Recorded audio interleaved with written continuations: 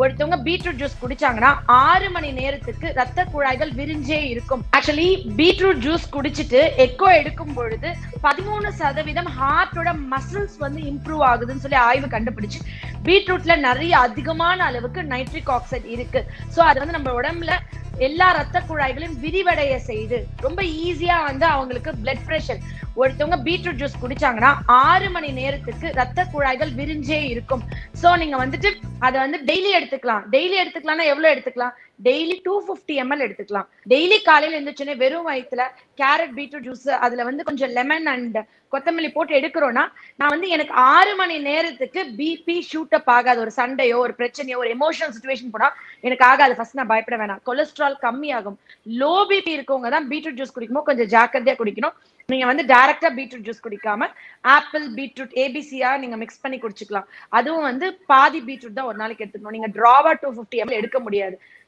நிறைய பேர் சொல்லுவாங்க வாய் ஸ்மெல் இருக்கு மேம், ஏதாவது மருந்து கொடுங்க, வாய் ஸ்மெல் இருக்கு, நான் என்ன பண்ணணும், எப்படி என் வாய் ஸ்மெல் சரி பண்ணணும், வெளியே பப்ளிக்ல பேச பயமா இருக்கு, இதை பேச பயமா இருக்கு. வயிற்றுல இருக்கிற ஆசிட் லெவலோடைய வயிறு புண்ணு இருந்தா வாய் ஸ்மெல் வரும்.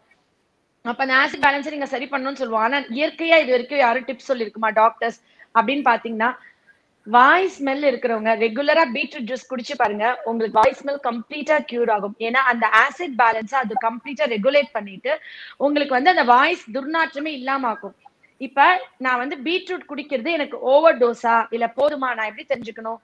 நான் வந்து குடிச்சு யூரின் வந்து ஒயிட்டாவே போயிட்டு இருக்குன்னா என் உடம்புல நைட்ரிக் ஆக்சைடு கம்மியா இருக்கு, பத்தல, இன்னும் கொஞ்சம் கூட பீட்ரூட் ஜூஸ் குடிக்கணும்னு அர்த்தம்.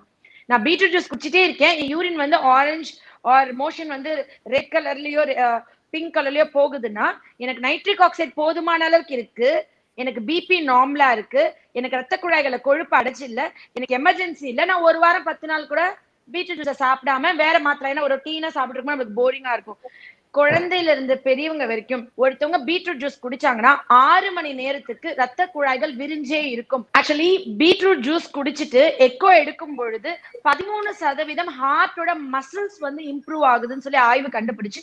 பீட்ரூட்ல நிறைய அதிகமான அளவுக்கு நைட்ரிக் ஆக்சைடு இருக்கு. சோ அது வந்து நம்ம உடம்புல எல்லா ரத்த குழாய்களையும் விரிவடைய செய்து ரொம்ப ஈஸியா வந்து அவங்களுக்கு பிளட் பிரஷர். ஒருத்தவங்க பீட்ரூட் ஜூஸ் குடிச்சாங்கன்னா 6 மணி நேரத்துக்கு ரத்த குழாய்கள் விரிஞ்சே இருக்கும். சோ நீங்க வந்துட்டு அதை வந்து டெய்லி எடுத்துக்கலாம். டெய்லி எடுத்துக்கலாம்னா எவ்வளவு எடுத்துக்கலாம்?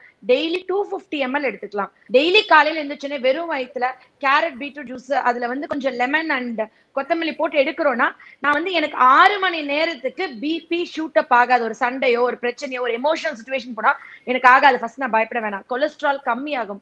லோ பிபி இருக்கவங்க தான் பீட்ரூட் ஜூஸ் குடிக்கும்போது கொஞ்சம் ஜாக்கிரதையா குடிக்கணும்.